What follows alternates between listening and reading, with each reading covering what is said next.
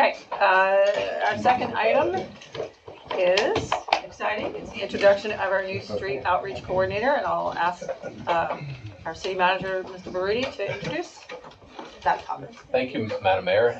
I would like to, with your indulgence, start the conversation with a little context on the broader conversations we've been having over the past couple years, efforts led by the police department to engage our homelessness providers. Again, with your permission, I'll ask Deputy Chief Mason, to come up and speak a bit to the collaboration. I think that's a great way to tee up the conversation that follows as far as the RACSB partnership. Sure. Good evening, Madam Mayor, members of council. Thanks for the opportunity to speak here tonight. I'm going to give you a little bit of context of what Mr. Baruti kind of talked about.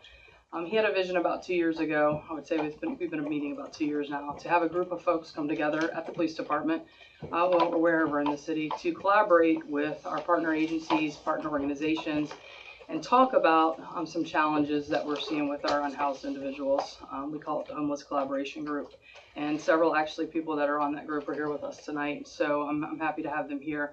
But our group is made up of Micah Ministries that are partners with us, the COC, Veterans Housing, Social Services, RACSB, Legal Aid. We have several people that are on this group. And kind of what we do is, prior to our meeting, we meet monthly, and prior to our meeting, any person that has come onto our radar for the last 30 days that may be homeless or experiencing homelessness, we talk about them in our meeting. And they come to us in many different ways.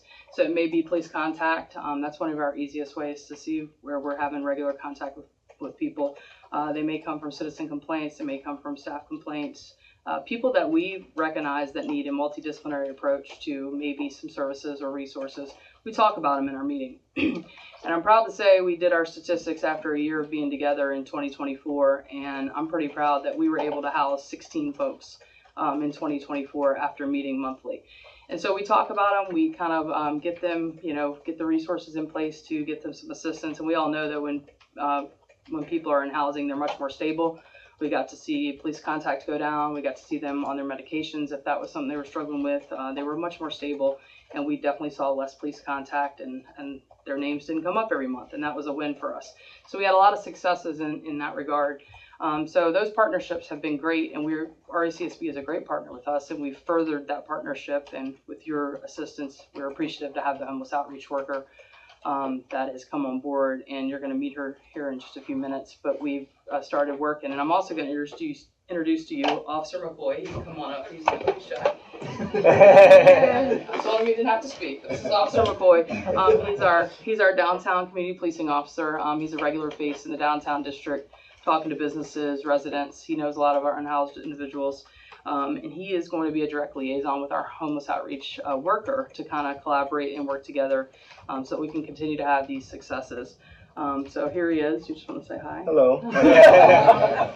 So some of you probably seen him, but he's down there on foot a lot in the downtown, so he has a good pulse on everything going on. So that's kind of an overview on our collaboration group that we've been doing. Again, we'll continue to meet. We're meeting every month.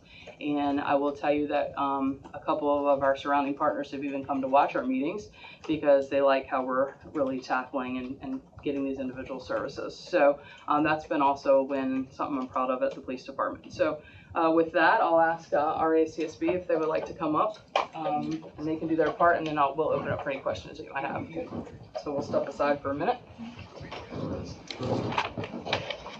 Thank you, Deputy Mason. I will just say that very happy that Joe Wickens could help us through a process which did start by conversation about a year or so ago, just for the benefit of the community. Just as a quick reminder, that conversation last year, as a complement to what Deputy Chief Mason was suggesting, evolved very quickly over the spring, and council did thankfully approve monies to support the hiring of individual we're just about to meet. So again, just want to give you that simple reminder to the public that these are iterative pieces that go to the same equation.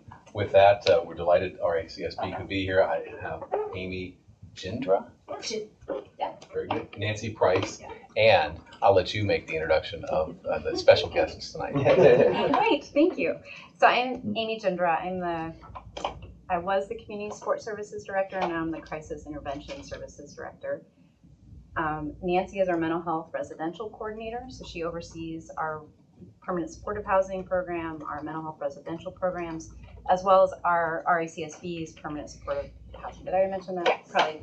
And then she also will oversee our homeless outreach, which is Jessica Vaz-Williams.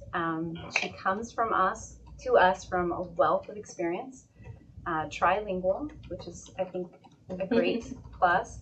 Also worked assertive community treatment, which is a model of intensive community-based services for individuals with severe mental health, particularly psychotic disorders, in New York City.